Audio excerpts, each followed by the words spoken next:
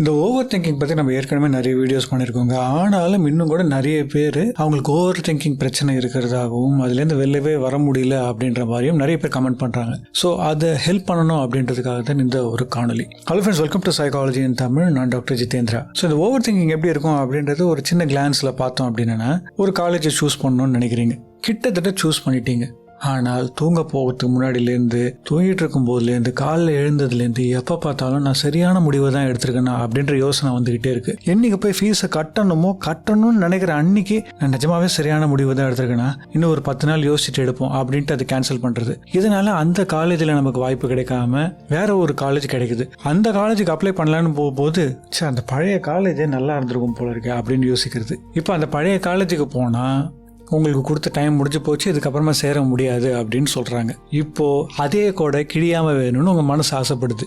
இந்த புது காலேஜ் நல்லாவே இருக்காது, எப்படியாவது அந்த பழைய காலேஜில் தான் ஜாயின் பண்ணணும், பரவாயில்ல ஒரு வருஷம் வெயிட் பண்ணாலும் பரவாயில்ல, அடுத்த வருஷம் அப்ளை பண்ணி இதே காலேஜில் போகிறேன்னு நினைக்கிறது. இப்போ நான் இந்த இடத்துல காலேஜுன்னு சொன்ன விஷயத்தை நீங்கள் எதை வேணால் எடுத்து மாற்றி போட்டுக்கலாங்க.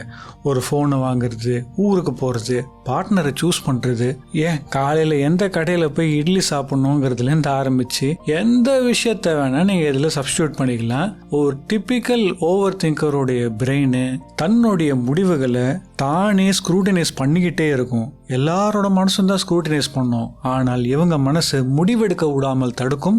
அந்த எடுக்கப்படாத முடிவுகளும் காம்பவுண்ட் ஆகிட்டு போய் அதுவும் இவங்கள பயங்குறுத்த ஆரம்பிக்கும். என்னடா வாழ்க்கை இதுன்றதை ஒவ்வொரு நாளும் ஃபீல் பண்ண வைக்கும். இதுதாங்க ஒரு டிப்பிக்கல் ஓவர் திங்கரோட வாழ்க்கை. இன்றைய காலகட்டத்திலங்க சர்ப்ரைசிங்காக இந்த ஓவர் திங்கிங்ன்ற ப்ராப்ளம் நிறைய பேருக்கு இருக்குங்க. ஒரு காலகட்டத்தில் ஒரு சில பேருக்கு மட்டுமே இருந்த பிரச்சனை இன்றைய காலத்தில் அதிகமான நபர்களுக்கு வருவதற்கான முக்கியமான காரணம் என்னன்னு பார்த்தீங்கன்னா, பெராலிசிஸ் ஆஃப் சாய்ஸ் அப்படின்ட்டு சொல்லுவாங்க. அப்படின்னா என்னென்னா, இன்னைக்கு எக்கச்சக்க சாய்ஸ் இருக்குங்க. ரொம்ப சிம்பிளாக சொல்லணும்னா, ஒரு காலத்துலலாம் ஒரு பொண்ணை போய் பார்த்து பேசணும் அப்படின்னாலோ, இல்லை ஒரு பொண்ணு ஒரு பையனை பார்த்து பேசணும்னு அவங்க நினைச்சாலோ அது அவ்வளவு கஷ்டமான விஷயமாக இருக்கும். இன்னைக்கு இருக்கிற இந்த இன்ஸ்டாகிராமு, வாட்ஸ்அப்பு இந்த மாதிரியான விஷயங்கள்லாம் மூலமாக கனெக்ஷன்றது ரொம்ப எளிதாக மாறினதுனால ஒரு டிஎம்ல நிறைய பேருக்கு கான்டாக்ட் கிடைச்சிருது. ஸோ பார்ட்னரை சூஸ் பண்ணுறதுலேயே இன்னைக்கு எக்கச்சக்கமான ஃப்ளெக்சிபிலிட்டியும் அவைலபிலிட்டியும் இருக்க மாதிரியான ஒரு தோற்றம் நம்மளுக்கு உண்டாகுது. பார்ட்னர்ன்ற அவ்வளோ பெரிய விஷயத்துக்கே இவ்வளோ சாய்ஸ் இருக்குன்னா, தினசரி நம்ம வாழ்க்கையில் என்கவுண்டர் பண்ணுற விஷயங்கள்ல எவ்வளவு சாய்ஸ் இருக்குன்னு மட்டும் யோசிச்சு பாருங்க. அன்றைக்கி ஒரு நாள் ஒரு மாலுக்கு போயிருந்தேங்க. அதில் ஒரு பெரிய பேனர், அதில் ஒரு யூனிவர்சிட்டியோட ஃபோட்டோவை போட்டு எங்கள் யூனிவர்சிட்டியில் 3000 கோர்ஸ் ஆஃபர் பண்ணுறோன்னு போட்டிருந்தாங்க. நான் ஒரு செகண்ட் யோசிச்சு பார்த்தேன், 10 கோர்ஸ் இருக்கிற காலேஜில் எந்த கோர்ஸை சூஸ் பண்ணணுங்கிறது அவ்வளோ பெரிய தலைவலின்னா, ஒருத்தர் இந்த 3000 கோர்ஸ்ன்றதை பார்த்தாங்கன்னா நிஜமாவே நான் இந்த 3000லேருந்து ஏதாவது ஒன்று பெஸ்ட்டாக சூஸ் பண்ணிட முடியுமா, இல்லை நான் சூஸ் பண்ணுறது எப்பயுமே ஒஸ்டான கோர்ஸாக தான் இருக்க போகுதுன்னு எவ்வளவு யோசிக்க வைக்கும். இந்த மாதிரி இந்த காலகட்டத்தில் வி ஆர் ஸ்பாயில்டு ஃபார் சாய்ஸுங்க. அப்படின்னா என்னென்னா, நமக்கு எக்கச்சக்கமான சாய்ஸ் இருக்குது, எதை வேணால் தேர்ந்தெடுக்கலான்ற ஒரு விஷயம் இருக்குது. அதனால தான் நம்மளுடைய மூளை இவ்வளோ கன்வின்ஸ் ஆகாமல் எப்போ பார்த்தாலும் கன்ஃபியூஸ் ஆகிட்டே இருக்குது. இதில் நம்மள நிறைய பேர் என்ன பண்ணுவோம்னா, நமக்கே ஒரு கோட்பாடை விதிச்சுக்கிட்டு இதுக்கப்புறமா என்னோட முடிவுகளை வேகமாக தான் எடுக்க போகிறேன் அப்படின்ற ஒரு நம்பிக்கையோடு அதை நான் செஞ்சே தீர போகிறேன்ற முனைப்போடு செயல்படுவோம். ஆனால் ஒரு 4 முடிவு எடுப்போம், 4 நாளில் அது எல்லாமே எவ்வளவு தவறான முடிவுன்றது நம்ம கண்ணுக்கு முன்னாடி தெரிய ஆரம்பிக்கும். நீ ஓவர் திங்க் பண்ணுறதுல தப்பே இல்லை, நல்லா யோசிச்சுட்டே முடிவிடு அப்படின்ற இடத்துக்கு வருவோம். இது ஒரு திருப்பியும் ஒரு லூப்பில் போய்கிட்டே இருக்கும். யூஸ்வலாகவே சைக்காலஜி தமிழில் நம்ம ரிசல்ட்டுக்கு வேகமாக சொல்கிறது தாங்க வழக்கம். இன்றைக்கே நான் இவ்வளோ நேரம் பிரச்சனையில் ஃபோக்கஸ் பண்ணுறேன் அப்படின்னா, நிறைய நேரத்தில் நம்ம சொல்யூஷன் நினச்சி எடுக்கிற விஷயங்களே நமக்கு திரும்ப திரும்ப பிரச்சனையாக வர்றது தான் இந்த ஓவர் திங்கிங்கில் இருக்க ஒரு முக்கியமான பிரச்சனை. அந்த வழிகளை கொஞ்சமாவது எட்டி பார்த்தோம் அப்படின்னா தான் நம்ம திரும்பவும் அந்த ட்ராப்புக்குள்ளே போய் மாட்டாமல் இருப்போம். அதுக்காக தான் இந்த ஓவர் திங்கிங்கை சால்வ் பண்ணணுன்னாங்க ஒரு ஃபிலாசபிக்கல் அண்டர்ஸ்டாண்டிங் வர்றது தான் ரொம்ப முக்கியமான விஷயம். என்னங்க ஃபிலாசபியெல்லாம் பேசிக்கிட்டு ஏதாவது ப்ராக்டிக்கலாக பேசுவோமே அப்படின்னு கேட்டிங்கன்னா, ஃபிலாசபி தாங்க ரொம்ப ப்ராக்டிக்கல். அதாவது நான் எதை இழக்கிறதுக்கு தயாராக இருக்கேன் அப்படின்ற முடிவை நான் எடுக்கிறது மூலமாக தான் நான் லிபரேட் ஆகுன்றது தான் உண்மை. அதாவது எனக்கு இதெல்லாம் வேணும்னு நம்ம ஆசைப்படும் போது இதெல்லாம் கேட்குற விலை என்னன்றதை நம்ம நிறைய நேரத்தில் யோசிக்க மாட்டோம். ஒரு பிளே ஸ்டேஷன் 5ஓட விலை என்ன அப்படின்னா கடையில் போனால் ஈஸியாக சொல்லிவிடுவாங்க. நம்ம வாழ்க்கை முடிவுகளுக்கான விலை என்ன அப்படின்றது கேட்டோம் அப்படின்னா நமக்கே அது தெரியாது இல்லைங்களா? கொஞ்சம் யோசிச்சு பார்த்தோம்னா அதனுடைய விலை என்ன அப்படின்றது நம்ம கண்ணுக்கு முன்னாடி தெரிஞ்சிடும். ஸோ இது ஓவர் திங்கிங்கில் ஓவர் கம் பண்ணணும் அப்படின்னா ஃபஸ்ட்டு ஸ்டெப்பு எந்த சைடில் விழுந்து நான் ஃபெயில் ஆகிறதுக்கு தயாராக இருக்கேன் அப்படின்ற முடிவு எடுக்கிறது தாங்க. என்னங்க ஜெயிக்கிறது இல்லாமல் தோல்வியா அப்படின்னா அதுதான் ரொம்ப முக்கியமான விஷயம். மதில் மேல் பூனை மாதிரி நீங்கள் நடந்து போயிட்டுருக்கீங்க. அந்த பக்கம் விழுந்தா நெருப்பு, இந்த பக்கம் விழுந்தா தண்ணி. நான் தண்ணியில் விழுந்தா பரவாயில்லையா இல்லை நெருப்பில் விழுந்தா பரவாயில்லையா அப்படின்ற யோசனை தான் நமக்கு முக்கியம். ஒரு எக்ஸாம்பிள் சொல்லி புரிய வைக்கிறேங்க. வேலைக்கு போகலான்னு யோசிச்சிட்டீங்க. உங்களுக்கு ஒரு வேலை வந்திருக்கு. அந்த வேலை அவ்வளோவா உங்களுக்கு பிடிக்கல. ஆனால் இப்போ உங்களுக்கு வேலை தேவைன்ற மாதிரி இருக்கு. இந்த சம்பளமும் உங்களுக்கு ஒத்து வர மாதிரி தெரியல. இந்த வேலைக்கு போகலாமா வேணாமான்னு யோசிச்சுக்கிட்டு இருக்கீங்க. இப்போ நீங்கள் போய் இந்த வேலையில் சேர்ந்துட்டீங்கன்னா வேற ஒரு வாய்ப்பு கிடைக்கலாம். அந்த வாய்ப்பை நீங்கள் தவற விடலாம். வேலைக்கு போகிறதோட ரிஸ்க்கு ரொம்ப முக்கியமான ரிஸ்க்கு இது. அந்த வேலைக்கு போய் உங்களுக்கு பிடிக்காம போகலாம். அந்த வேலை உங்களுக்கு தலைவலியாக மாறலாம். இதெல்லாம் வேலைக்கு போகிறதுனால வர ரிஸ்க். இப்போ வேலைக்கு போகாமல் இருக்கும்னு முடிவு பண்ணலாம். அதுலேருந்து வர ரிஸ்க் என்ன? இப்போதைக்கு கையில் காசு இருக்காது. இன்னும் 2 மாதத்துக்கு வேலையும் கிடைக்கல அப்படின்னா காசு இல்லைன்ற பிரச்சனையோட நான்லாம் ஒர்த்தான்ற யோசனை உங்கள் மனசில் அதிகமாக வர ஆரம்பிக்கும். அது இன்னும் பெரிய விஷயம். ஒரு 4-5 மாதம் கழிச்சு நீங்களே அவுட்டேட் ஆன மாதிரியான ஒரு ஃபீலிங் உங்களுக்கு ஏற்படலாம். ஸோ வேலைக்கு போனால் ஆப்பர்ச்சுனிட்டி மிஸ் ஆகும். வேலைக்கு போகலன்னா எக்ஸிஸ்டென்ஷியல் கிரைசிஸ் உருவாகும். இதில் நான் தண்ணியில் விழுந்து சாகலாமா இல்லை நெருப்பில் விழுந்து சாகலாமான்ற முடிவு தான் நீங்கள் எடுக்கணும். நமக்கு ஏன் ஓவர் திங்கிங் இவ்வளோ பெரிய பிரச்சனையாக இருக்குது அப்படின்றத யோசித்து பார்க்கும்போது இது வெறும் திங்கிங்கில் இருக்க பிரச்சனை நம்ம நினச்சிப்போம். கிடையாது, இது நிஜ உலக பிரச்சனை. இப்போ இந்த பிரச்சனையிலேருந்து எஸ்கேப் ஆகணும் அப்படின்னா உங்களுக்கு 2 பிடிமானங்கள் தாங்க.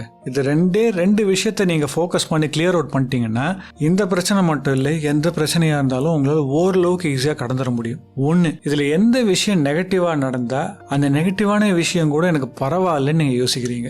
4 மாசமா வேலை கிடைக்காம இருக்க எக்ஸிஸ்டென்ஷியல் கிரைசிஸ்னால ஒர்த்தான்ற யோசனை அது வந்தால் பரவாயில்லன்னு நினைக்கிறீங்களா? இல்லை நான் வேலைக்கு சேர்ந்த உடனே 4 ஆப்பர்ச்சுனிட்டி வருது, அட்லீஸ்ட் அந்த மாதம் காசு வந்ததில்ல அது போதும் அப்படின்னு நினைக்கிறீங்களா? ஸோ இது உங்களை ஒரு 50% எந்த டைரக்ஷனுக்கு போகணும் அப்படின்ற முடிவை உங்களுக்கு கொடுத்துரும். 2வது, ரியலிஸ்டிக்கான டைம் லைன் என்ன? பாயிண்ட் ஏ, நீங்கள் எவ்வளவு நேரம் வேலைக்கு வெயிட் பண்ணிக்கிட்டு இருக்கீங்க?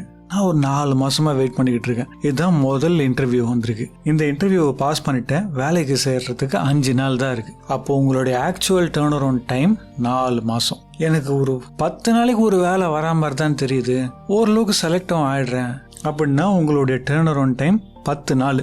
ஸோ இந்த டைம் லைன் உங்களுக்கு ஒரு நல்ல கிளாரிட்டியை கொடுத்துரும். இந்த ஆப்பர்ச்சுனிட்டியை நான் மிஸ் பண்ணேன்னா நான் எவ்வளவு நாள் காத்திருக்கணும், அந்த காத்திருக்கிற டியூரேஷன் எனக்கு ஓகேயா? நம்பர் 1 கேள்வி. அடுத்தது, இந்த டைம் லைனை வச்சு நான் ஒரு டெட்லைனை ஃபிக்ஸ் பண்ணணும். அந்த டெட்லைன் அன்னைக்கு நான் எதை சூஸ் பண்ணணும்னு எழுதி வச்சிருக்கணும். அதை நான் சூஸ் பண்ணிட்டு போய்கிட்டே இருக்கணும். அதை பற்றி நான் யோசிக்கவே போகிறதில்ல அப்படிங்கிற மனதிடத்துக்கு வருது. இதை தான் நான் அடிக்கடி நிறைய வீடியோவில் சொல்லுவேன். எனக்கு உயிர் வாழணும்னு ஆசை. வாழறதுக்கு என்னுடைய கை தான் பிரச்சனையாக இருக்குது. ஏன்னா என் கையில் பிரச்சனை வந்துருச்சு. அந்த கையை விட்டேன்னா என் உயிர் போயிடும். அப்படின்னா நான் என்ன செய்யணும்? இந்த கையை வெட்டிக்கிறதுக்கு தயாராக இருக்கணும். லைஃப்பில் எதுவுமே ஈஸி சாய்ஸ் இல்லைங்க, எல்லாமே ஹார்ட் சாய்ஸ் தான். ஸோ எந்த அளவுக்கு நீங்கள் கடினமான சாய்ஸை டைமை எடுக்க விடுறீங்களோ அந்த அளவுக்கு நீங்கள் ஒரு திடமான மனிதராக உருவாகிக்கிட்டே வருவீங்க. இந்த ஒரு விஷயம் தாங்க நீங்கள் ஓவர் திங்கிங்கை மீண்டு வர்றதுக்கான ஒரு ரொம்ப முக்கியமான விஷயம். 4 மாதத்துக்கு ஒரு வேலை வருது. அப்போது அடுத்த வேலை எனக்கு வர்றதுக்கு இன்னும் ஒரு 4 மாதம் ஆகலாம். ஸோ முயற்சி பண்ணி தான் பார்ப்போமே, அது ஒரு முடிவு. இப்போ நீங்கள் 4 மாதம் வெயிட் பண்ணுறேன்னு ஒரு முடிவு எடுத்துட்டீங்கன்னு வச்சுப்போம். அந்த 4 மாதத்துக்கு நீங்கள் எந்த கன்ஃபியூஷனுக்கும் போகக்கூடாது, எந்த கன்ஃபியூஷனும் உங்களை ஆட்கொள்ள விடக்கூடாது. ஆனால் அந்த 4 மாதத்துக்குள்ளே எப்படியாவது ஒரு வேலைக்கு போயிருக்கலாம், அந்த வேலைக்கே போயிருக்கலான்ற யோசனை உங்களுக்கு வந்துக்கிட்டே இருக்குன்னா அப்போ நீங்கள் என்ன எழுதி வைக்கணும்னா, அடுத்த முறை எனக்கு ஆப்பர்ச்சுனிட்டி வரும்போது நான் அதை செஞ்சே தீர போகிறேன் அப்படின்றத எழுதி வச்சுட்டு, அடுத்த முறை கன்ஃபியூஷன் வந்ததுன்னா அதை எடுத்து பார்த்துட்டு எனக்கு நீ கன்ஃபியூஷன் இல்லை நான் போய் ஜாயின் பண்ணுறேன் அப்படின்ட்டு ஜாயின் பண்ணிடணும். 10 நாளைக்கு ஒரு நாள் இன்டர்வியூ வருது, எனக்கு வேலைக்கு செலக்ட் ஆகிடுறேன் அப்படின்னா நான் ஒரு 30 நாள் வச்சுக்கிறேன். அந்த 30 நாளுக்குள்ளே எனக்கு ஐடியல் வேலை கிடைக்கலன்னா என் கையில் இருக்கிற வேலையை நான் தேர்ந்தெடுக்க போகிறேன் அப்படின்றத எழுதி வச்சுக்கிறேன்.